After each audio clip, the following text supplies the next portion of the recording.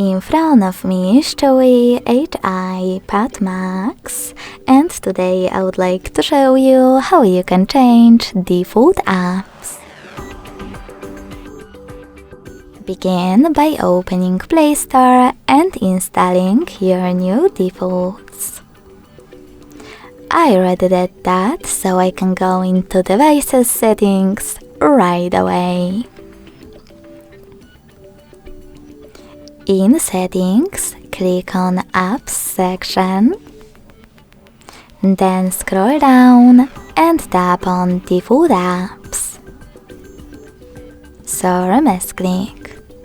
Finally, you can click on one of those sections, in my case Browser app, and tap on your new downloaded one in order to apply it.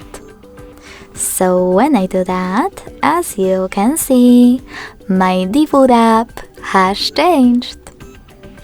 Thanks so much for watching. If you enjoyed this video, don't forget to leave a like, comment and subscribe.